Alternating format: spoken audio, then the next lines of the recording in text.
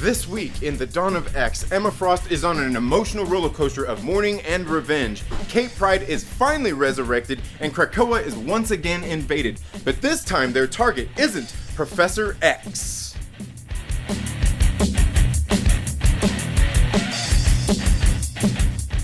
What's up everybody, Trinity here, and welcome back to the Second Street Marvel, your source for the latest and greatest comic book reviews. The Dawn of X rolls on, volume number 11, kicked off a couple of weeks ago with New Mutants issue number 11, and this week we've got Marauders issue number 11 as well as X Force issue number 11. What I'm going to do is I'm going to give you a quick overview of these books and my thoughts, and then I'm going to get into some spoiler talk towards the end of this video, so if you don't want any of those spoilers, you'll be able to get out of here by then. Now, the first one that we are going to talk about is going to be Marauders issue number 11. So let's go ahead and get right into this book. Now, this issue of Marauders is once again being written by Gerry Duggan.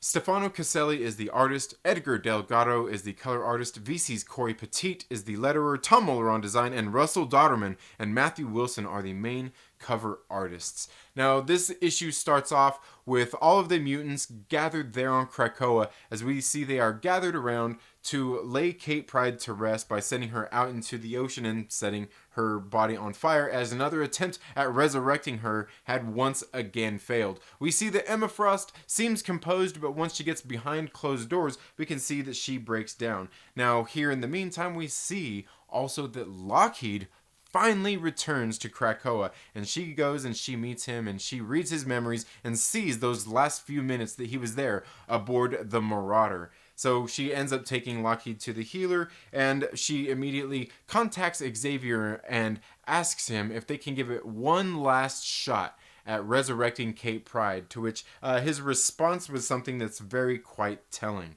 Then we flash to the scene on the subway in Washington, D.C., as Storm is there going to talk to this stranger, somebody that we've seen and heard from and heard about in other issues of X Force, as well as even in the Wolverine comic book. And then they have this nice little conversation. I don't want to give everything away here. Then we flash back to Krakoa, where the Five are there trying to resurrect Kate Pryde once again, and with a little bit of help from Emma Frost, Kate Pryde is finally resurrected. But all of the things, the mysteries surrounding her death and everything, there's just a whole lot going on here in this book. Altogether, The Marauders is one of my favorite titles out of all the Dawn of X books. For the most part, I really like the story going on here, some of the interactions, and just how it's adding to the overall story of the Dawn of X. I really do like it. Stefano Caselli's art in this book has been pretty good throughout this whole series, and I believe there was a little while where he wasn't on the art, but they had somebody good filling in, and he's continuously done a pretty good job here on this, as well as Edgar Delgado's colors in this book. It's really good. There are little things here and there that I could nitpick about, but nothing that is anything that turns me away from this book altogether. I like Marauders issue number 11, once again revealing some other things we're going to talk about here towards the end of the video. Definitely one I would suggest reading if you're reading all of these Dawn of X titles. Now, let's get in to X Force issue number 11. Now, this issue of X Force is once again being written by Benjamin Percy. Basil Dua is the artist, Guru EFX is the color artist, VC's Joe Caramagna is the letterer, and Tom Muller is on design, and Dustin Weaver and Edgar Delgado are the cover artists. Now, this issue of X Force starts off in the healing gardens of Krakoa, as we see Dr. Cecilia Reyes as she is there getting ready to perform an autopsy on these Russian soldiers. Now, these are the soldiers, in case you didn't read Wolverine issue number 3, you might want to go give it a read and check a little bit of that out. And we also see that Beast and Sage is there as well. Now, she's remarking about how these soldiers are much like that, but just a little different, as they seem to be a little more nationalistic and militaristic. But she notices they are very much the same, and she begins to cut this soldier open to begin the autopsy. As soon as she cuts it open, this little arm pops out, and this creature, this little monster, reaches out and grabs the scalpel and attacks her. Now, at this point, Beast reaches out and grabs this little monster and snaps its neck and kills it. And they all begin to tend to Dr. Cecilia Reyes, when all of a sudden, another little body, another little monster crawls out of the dead one, and they end up, Beast and Sage end up having to take off, giving chase after it.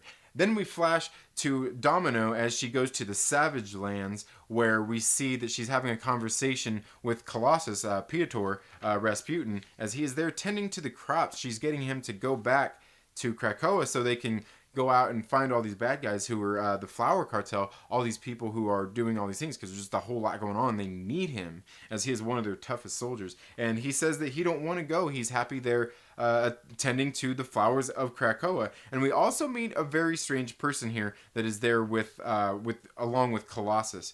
Then we flash back to Krakoa, where we see that those little monsters had kind of infiltrated and caused mass chaos on Krakoa. And this is kind of where the story leads to, is as all this chaos is going on, they start to figure out, like, hey, there's nothing really, they're not really doing anything, they're not trying to kill us. And that's where we see that they have something else on their mind. And we see one of the little creatures going up to Professor Xavier's study, or where he lives at, and he grabs the Cerebro Sword. Now, the Cerebro Sword does have some significance. Now, I don't want to give everything away in this issue, but I gotta say, X Force is one of my favorite issues out of the Dawn of X titles. Issue number 11 here really kind of ups the ante once again, just kind of almost like issue number 1 and issue number 2 did of the series. Very exciting stuff. Now, I do have to say in here that Basel Dua on the art, there is just some art in here I don't really like. It's not that it's bad, it's just through some of the inconsistencies and things like that. But Guru EFX doing the colors on this book really does help helps keep that all, I don't know, just kind of all in good balance, because altogether X-Force is still one of my favorite issues. But let me know what you think about X-Force issue number 11 down in the comments below. Also, let me know down there what you thought about Marauders issue number 11. Like I said, both of these books are some of my favorite series that they have out there in these Dawn of X books right now, and they've got quite a bit going, getting ready to come up, and quite a bit going on. We've got X of Swords getting ready to start, or 10 of Swords, my bad, 10 of Swords,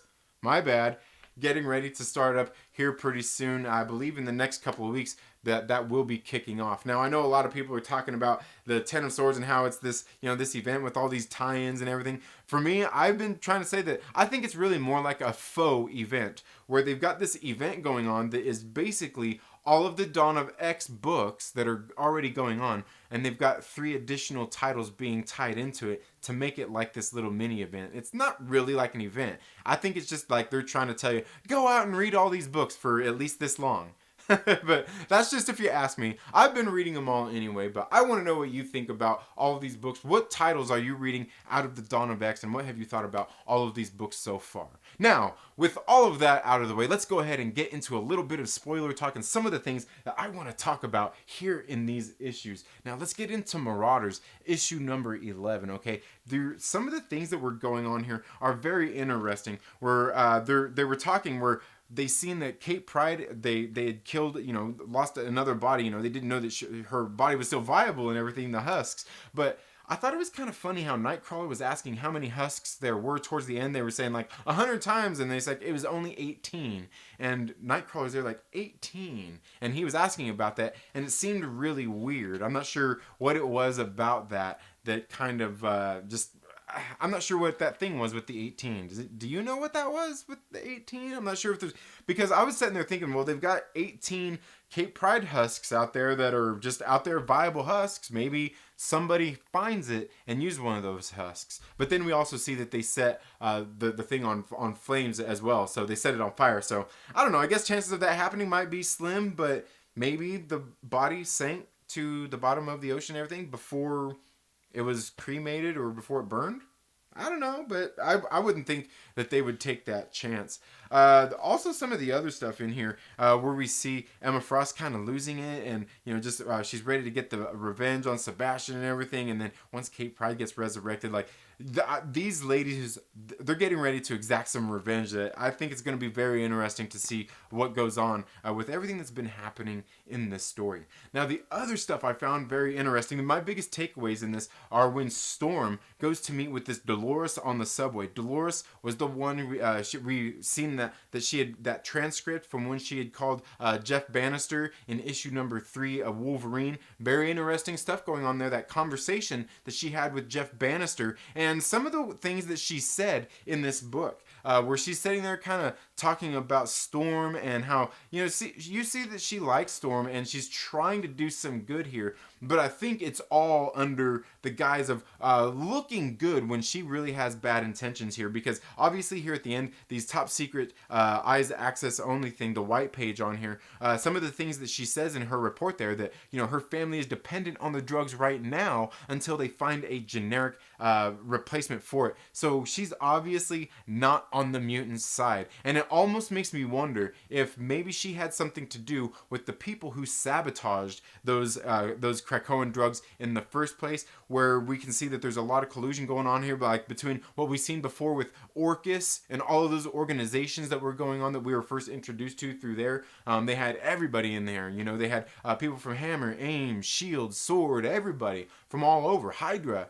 So I have no doubt that maybe this Dolores Ramirez is probably somebody that's bad out there, has bad intentions with any of her interactions with the mutants. I mean, questionable at best, certainly questionable. But let me know what you think about Dolores down in the comments below. Let me know what you think about that, and let me know what you think about the Kate Pryde thing. I mean, is there anything to that 18?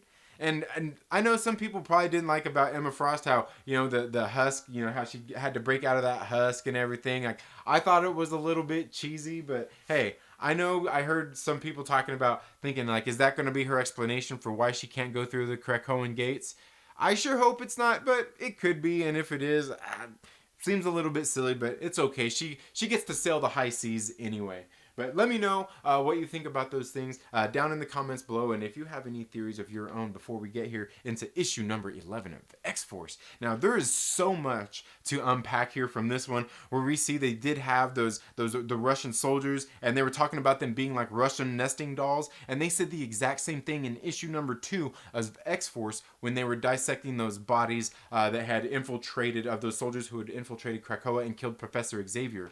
They talked about the exact same thing, where their bodies were modified. They took their ears off and they had wire around their ears. They had explosives in their teeth. Just all kinds of things that these people had. Remember, they had that extra third bone in their forearm, that could be used as a knife. So we see that there's kind of like biohacking going on here, and that's something that we see a lot throughout this series. Something I'm getting ready to explain in some videos I've got getting ready to come up here, queuing up. But very interesting stuff here with these dolls and these kind of Russian nesting dolls, and how they keep referring to them as that. And is it any coincidence that it's the Russians here? I mean, we've got everything kind of going on here. Russia seems to be a big player in all of these books so far. I mean, we see they've got ties to just about everybody too, and like in the X-Men, we've also obviously got the Rasputins, and that's something else we get here when we get to the Savage Lands with Piotr. And remember, he's having this conversation here with Domino, and remember in issue, what was it, like number 4 or 5, when he was having conversation with Domino about his time after he had helped save all those mutants from Russia, and how he had nearly died, and just kind of those scars, and he always wanted to remember them, and she wanted to remember hers. And remember, she got resurrected without hers. Remember last issue, she was griping at Wolverine about that. So interesting stuff as she's going back there to get him, and he's just there wanting to tend to these crops. Now, it is very interesting here that some of the crops are in the Savage Lands, and they are losing shipments. Keep this in mind, because remember, there is this Kayla girl that's there with him, that she tells Domino, is like, oh, are you bothering him? Don't worry about him. I bring him what he needs. Because she's like, who the hell are you? And she's like, I bring him what he needs. And then I have a feeling these chapters in here, this writing in here is probably being written by her. I don't know, but I kind of feel like this girl Kayla that's there on Krakoa with him, I kind of feel like this is the Pale Girl.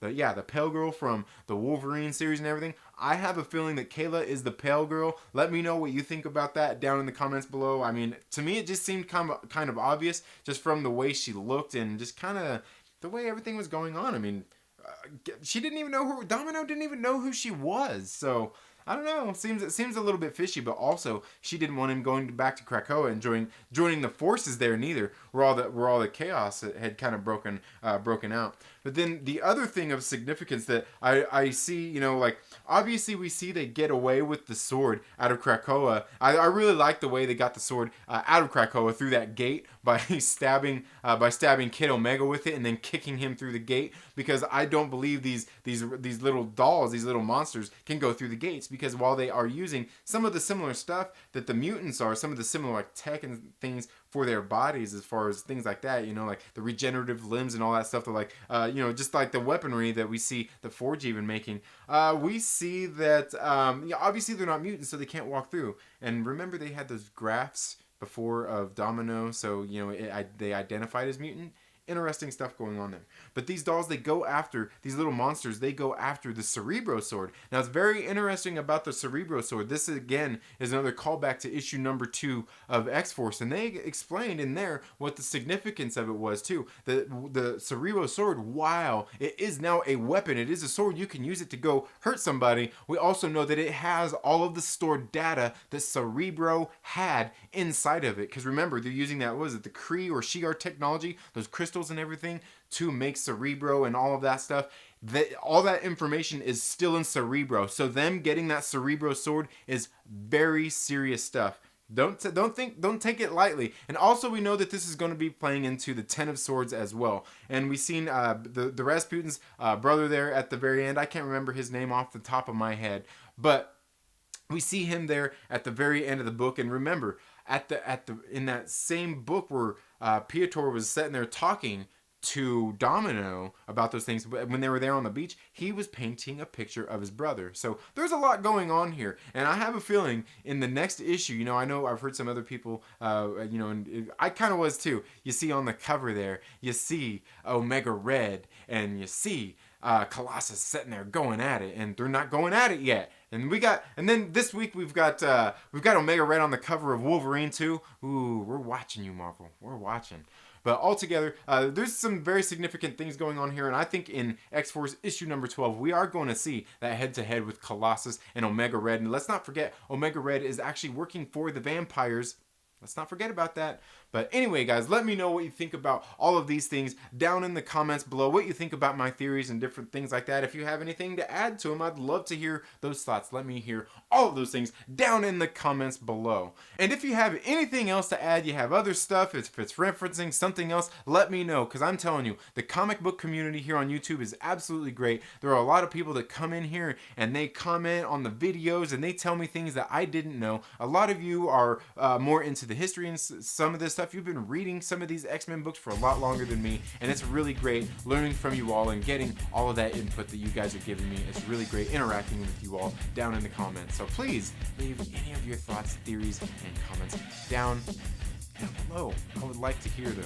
So thank you all so much for being here today. Again, I am Trinity. Now, if you aren't already subscribed, make sure you do all that stuff. Give this video a thumbs up if you like it. Give it a thumbs down if you don't. It's okay. It doesn't hurt my feelings. But make sure you share it with a friend and tell them to come hang out with us here and talk about comic books. That's what we like to do. And also, if you would like to further support the channel, make sure that you check the join button down there right next to the subscribe button, or even check down in the links of this video and think about becoming a channel member, one of the Myrtle Maniacs, where you can further your support of the channel. Helps us create content here on this channel. I do appreciate it. I hope you have a very good day. Have a great rest of your week. Go out and read some awesome comic books, and we'll see you in the next video. Later.